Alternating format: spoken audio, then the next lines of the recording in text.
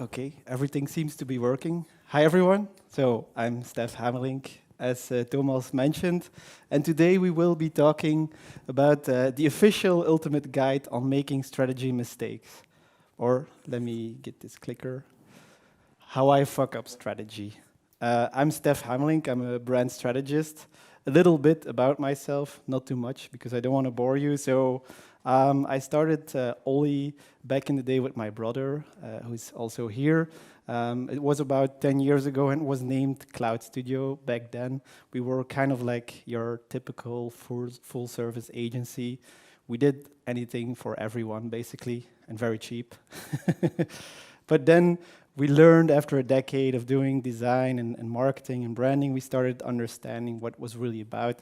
And so we rebooted Cloud Studio to Oli, which is today a brand experience studio with a focus on brand strategy and design. I'm also a huge fan of podcasting, as you might have heard already.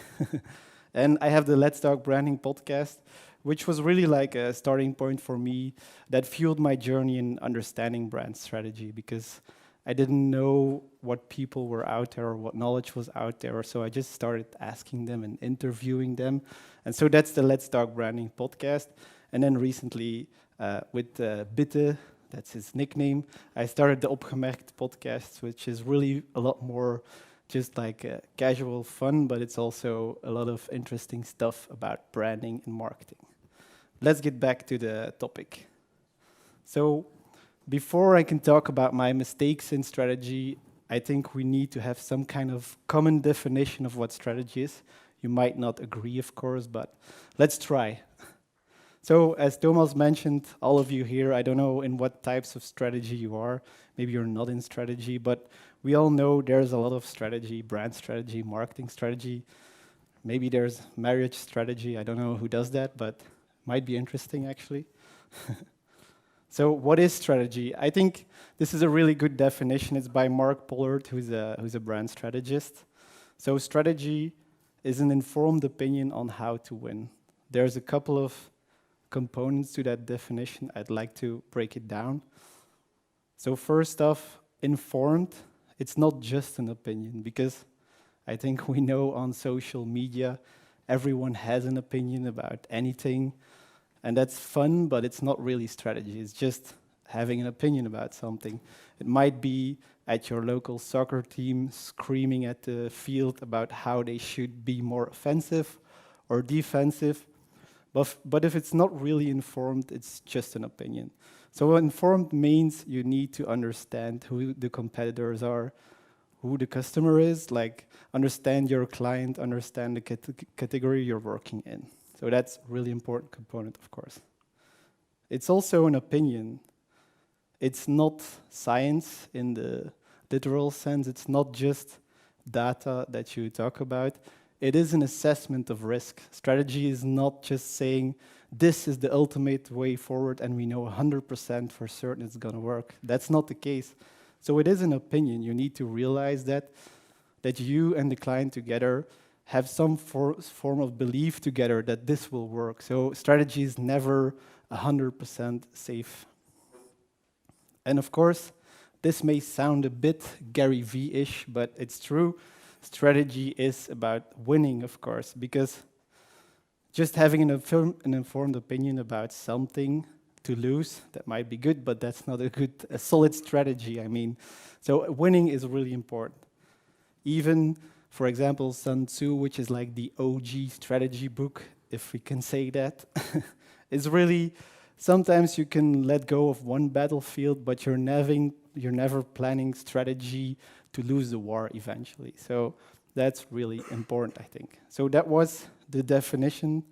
Strategy is an informed opinion on how to win. I hope we can all agree on that somewhat. If you don't, then please shout, or not right now, maybe. Okay, let's move on. So we were going to talk about mistakes, my mistakes, of course. So my biggest fuck-ups, I'm gonna try 10 because that's a nice number. And as we all know, listicles work really well on social media, so I hope this goes viral. I don't think it will, but let's try.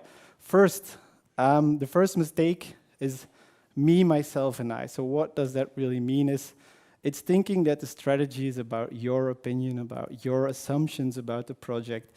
It's what they call a self-fulfilling prophecy. So you like certain things or you hate certain things, and you kind of basically try to fill in the strategy that way. But that's of course not the right way forward. So thinking, I won't buy this, nobody will, is a really dangerous assumption, of course. For example, Dash. As a designer, I always thought that this was really ugly packaging. I mean, look at it. It's crazy. But that's my ego talking. I mean, I love clean, minimal design. And I thought, like, if I could get my hands on this project, I would make a beautiful design and everybody would love it. But in fact, the way this packaging has been created and thought about throughout the years is not just like on per accident. There's a lot of science behind this, why this works, why people recognize this. So again, putting your own ego in the project without understanding the full context is dangerous when you're helping your clients with strategy. The Kampioenen, I really hate this show. I don't know about you guys. Probably some people right now are thinking, well, I kind of like it. It's funny, it has a heritage, but I don't like it. But again, if I'm doing strategy, then that doesn't mean that it's about my opinion. Of course, you can't be objective. I mean, we all have our own context, our own minds, our own, like our parents have brought us up a certain way, so we can't just say, well, I'm the objective expert. You always have your assumptions. So it's less about being objective, and it's more about acknowledging those assumptions, knowing they are there, and also telling your client about them. So let's suppose the Kampioenen came to me and they said, we need a rebrand. Well, obviously they do, because it's not working. And the first thing I would try to say to them is like, sorry guys, but I think your show is lame. And I think that's important to tell them, because if you don't, this will haunt you later on in the project, because you will always be biased and your client won't know that about you. So I'm sorry, Maxke, but fuck you too. Okay, another point in this case is, of course, I would love this, so everybody will. Here's a famous example. This was a Tropicana rebrand where they did like a big rebrand for the packaging, and everybody thought it was going to be great. But actually, oh, sorry, let me go back. They lost 30 million in sales. The real problem here wasn't that they were just rushing it or that it was amateur hour. There was some serious research behind this. There was some serious strategy behind this. They actually did focus groups about this packaging, but the problem was they were asking the wrong questions. The idea was, is this packaging more modern? That's what they asked people. But of course it's more modern if you look at the after. I mean, it looks a lot more cleaner. The problem is they didn't ask the right questions, because they already thought from the moment the strategy started, we need a more cleaner design. But that's the real problem. So acknowledging those assumptions, they would have probably done a better job of understanding what works about this strategy, about this packaging and this packaging. Another big issue in our industry, again, it's about how we, as marketers or strategists, think about the products we buy and the strategies we create. If you look at this graph, for example, marketers, strategists, they really love choice. But if you ask the average UK adult, they're not really such a huge fan of it. That might mean that you create a strategy for your client that's giving your consumers all the choice, but that might also mean that the average consumer isn't really into it that much. So realize the context, the industry you're working on, realize your own biases. First point. Gonna try and go a little bit faster, because I know it's a lot of points. So second one, Holy Grail. What's that about? It's really about finding the Holy Grails and knowing that when something sounds so simple, there's probably something wrong. It's too easy. So there's no single explanation that can explain why a company really works. We see in every industry there's trends. Sometimes it's content that's king, other times it's company culture, it's disruption, innovation. You probably know all of these things, but it's just not that simple. Let me give you an example from brand strategy, for example. So, brand purpose, it's a big topic in our industry. I can geek about it all day long with Thomas on the podcast. But there's a lot of research that says, well, people are now buying based on their beliefs. So your brand purpose, why you are actually here in the world is really important.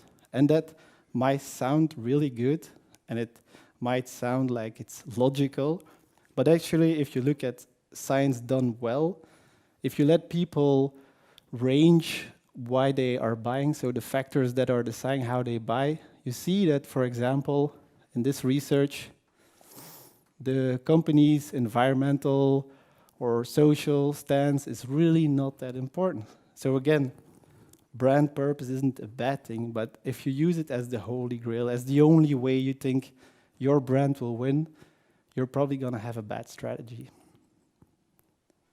Another one, a really popular topic in brand strategy, is brand loyalty. So it's the idea that if you are this authentic brand, people will come to you, they will flock to you as amazing fans or raving fans. We've had that on our website, so I don't suppose that it's something that makes a lot of sense, but it's something that was always there and it's really popular in brand strategy. This idea of brand loyalty. If we can get people to buy more instead of investing in always looking for new customers, that's a great idea, right? It sounds amazing. Why wouldn't it work? Well, actually, Byron Sharp, who's a professor in marketing science, has shown that brand loyalty is something that really is only available if you have a lot of market share. So while the strategy might be to gain more loyalty, the strategy should be to gain more market share, and then you can create more loyalty. So this doesn't sound as fun, right? I think the idea of brand purpose and brand loyalty speaks to us as human beings, and it's really something that we can work on, but it's not the Holy Grail. So don't think of it as a negative thing, but just realize that it's not always the single explanations. Mistake number 3, there is no elephant. So avoiding the elephant in the room is something I've done a lot of times, maybe because I'm just a bit conflict averse, I don't know how that works, but it's something we all do, I think, from time to time. But if you're doing strategy, you need to realize that you're kind of directing the narrative, so you're in charge here. Excuse me. So a couple of red flags, some things you need to pay attention to. Ignoring the misfit. So really, if you're talking to your client, the first conversations are really crucial, actually. It's something where you do need to pay attention to what your gut is telling you, because oftentimes we ignore the fact that this person isn't really trusting us, he isn't really respecting us. And that's an issue, because that will hunt you down later in the project. So instead of ignoring the fact that it's not a fit, try to just lean into that and maybe have a conversation about that. I know it's not easy.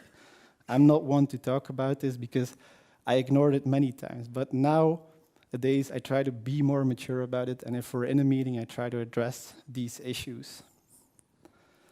Another one, it's similar, of course, is avoiding friction. But friction is not always the fit between you and your client. It might be an issue you feel, for example, in the team between the stakeholders that are there. Maybe they're not communicating well with each other. And that's also something you might not think is your role, but again, it will come back and bite you in the ass if you don't address it some way, somehow in the strategy. I'm not saying you should try to be a therapist in any session and just throw it in your client's face, like, you guys aren't working together, this is not going to work. But just try to mirror it in some way, try to bring it up in a subtle way so you can have a conversation about it. It's usually in that friction that there is actually some insight.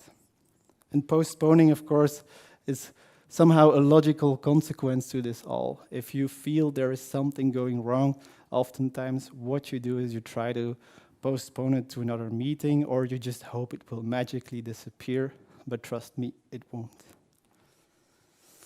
Mistake number 4. So not FOMO this time, but FOCO, fear of contacting others. So it's really simple actually, but it is something that I avoided for a long time. We have all these amazing tools, digital tools, to help us tracking, understand the data, analyze behavior, that sometimes we forget the most basic approach can be just to have a conversation with a human or maybe observe them in a physical setting.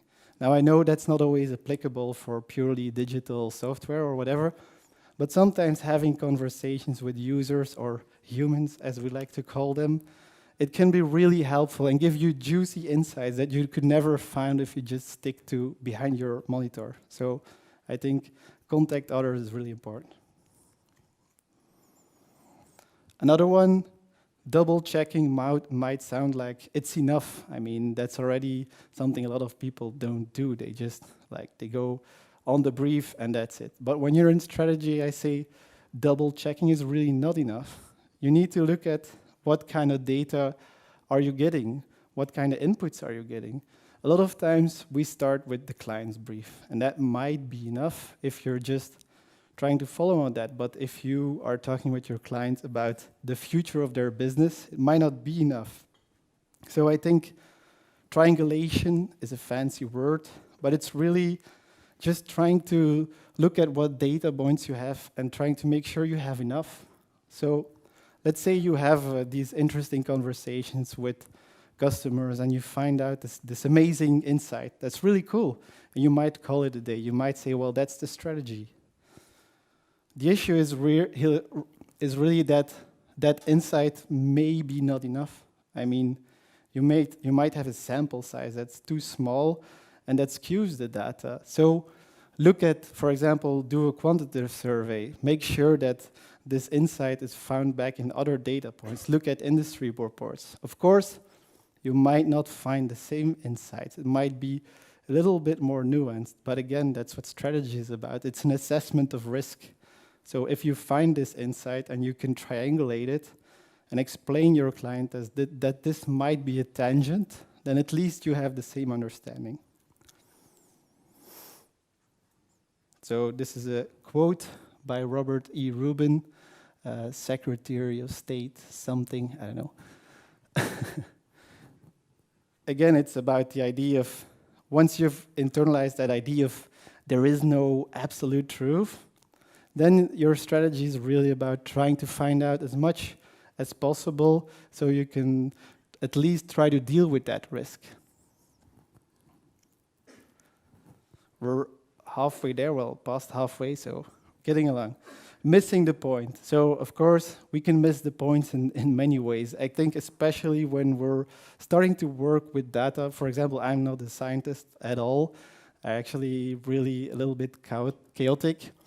But once I started doing strategy, I realized that I needed to do more research. I couldn't just base it on what me and the client were saying.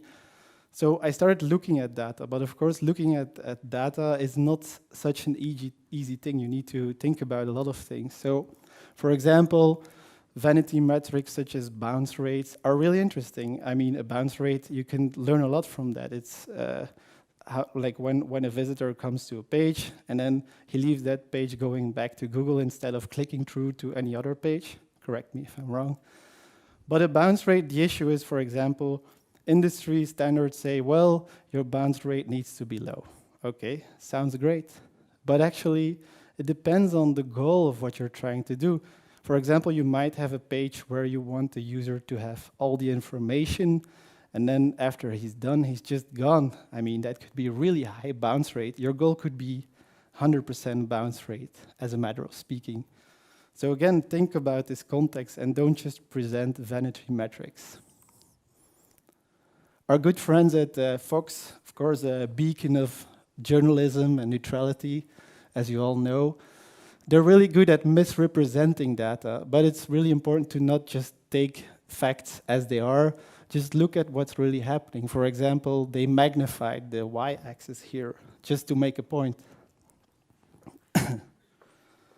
Or why not just ditch the y-axis altogether? I saw this tweet some days ago.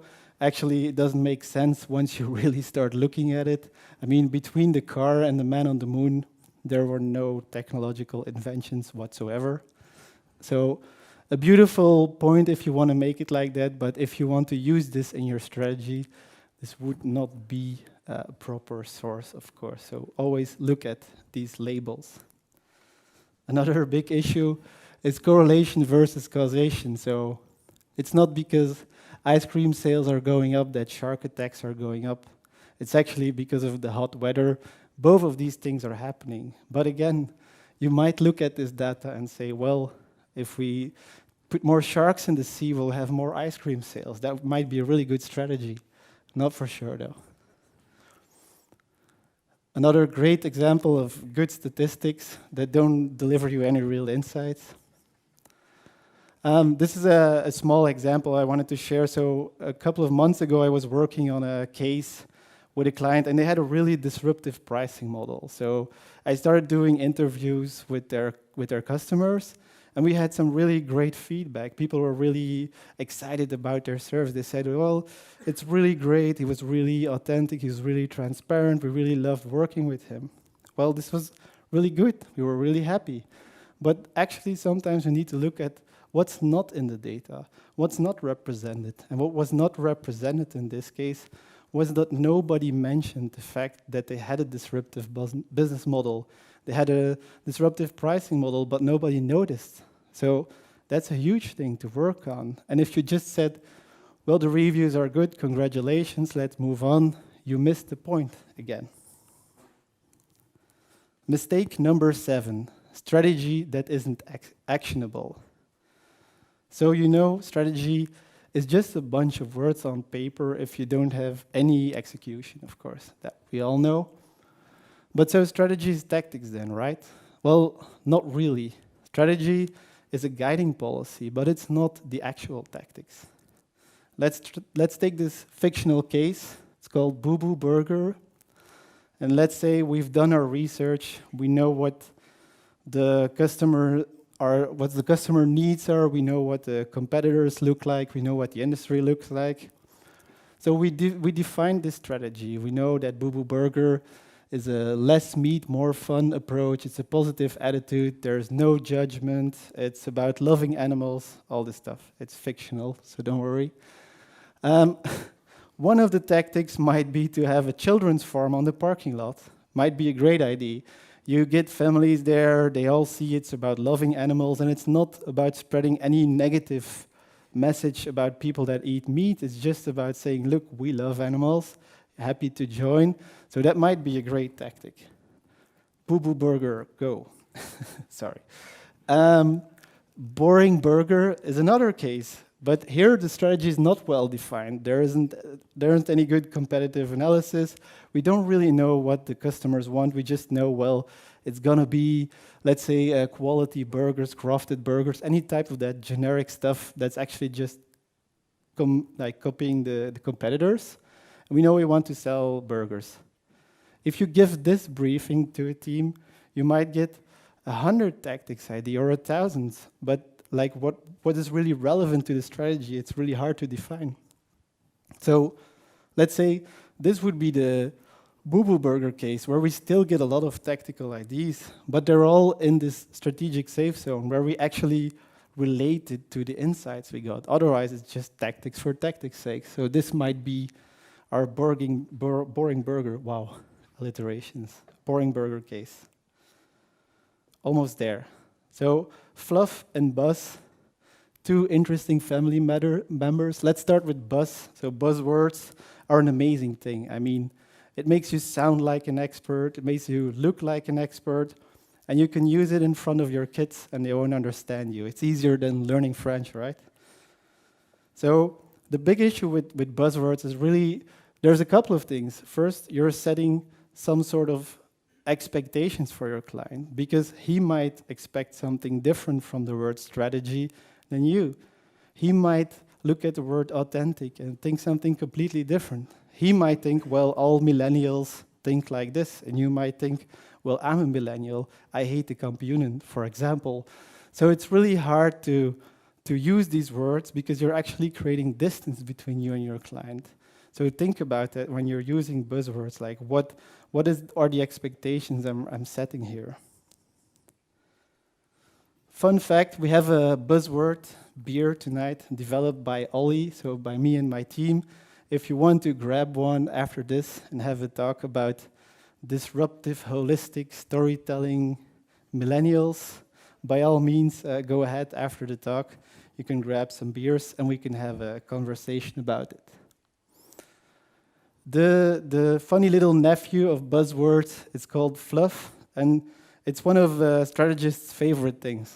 I really love writing lengthy manifestos about brands that really go into the high atmospheres. But the issue is, once you go too high, it's actually completely irrelevant for the brand. I mean, you've seen those vision and mission statements that are actually completely irrelevant to what the product is. So always make sure you can relate back your purpose to your product and make sure that it's not too fluffy because you will lose customers. Okay, number 9, pigheadedness. So you all might not know this, but I'm a bit stubborn. My wife might know this, she's here. That's not a bad thing per se, but the issue is in strategy is sometimes there's this thing called the sunk cost fallacy where you've invested too much time into one direction and you can't let go.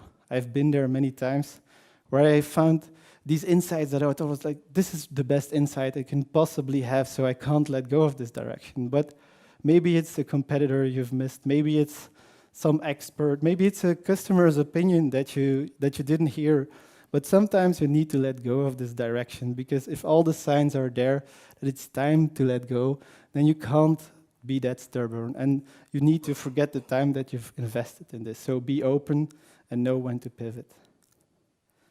Another noun translated into a verb, because that's also a hype apparently, checkboxing.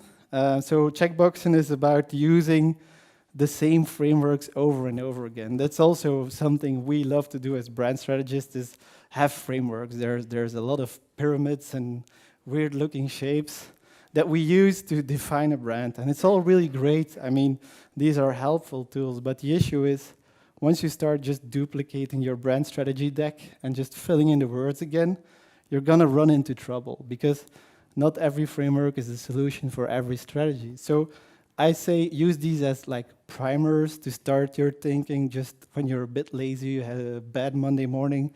Take one of the frameworks and try to fill it in, see if the strategy works, but don't use them as like your fundamental starting point. There's a bonus fuck up.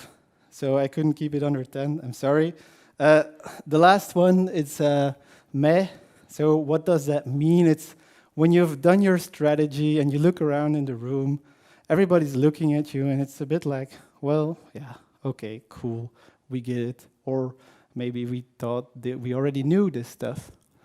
So that's probably the worst outcome you can get by doing strategy, because at least you can have someone like having a big smile or maybe doing a high five, fist boxing. I don't know what happens, but I've seen it many times when I knew the strategy was right, when I knew the insights were really valuable, people were really excited. And I think strategy should be inspiring as well. We can't forget that. In the end, it's about creating creative executions and not just sticking on the scientific stuff, because I've bored you with a lot of scientific stuff, but this is really important.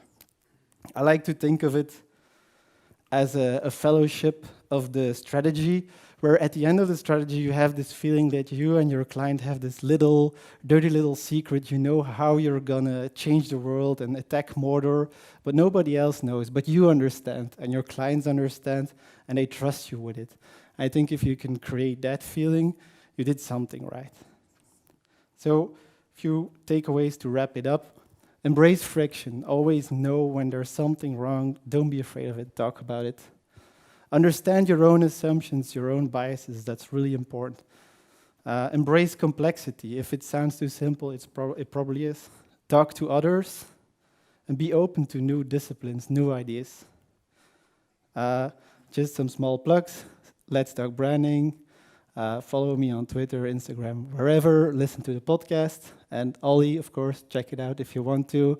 or contact us if you want any information. Voila, that's it. Thank you for your time.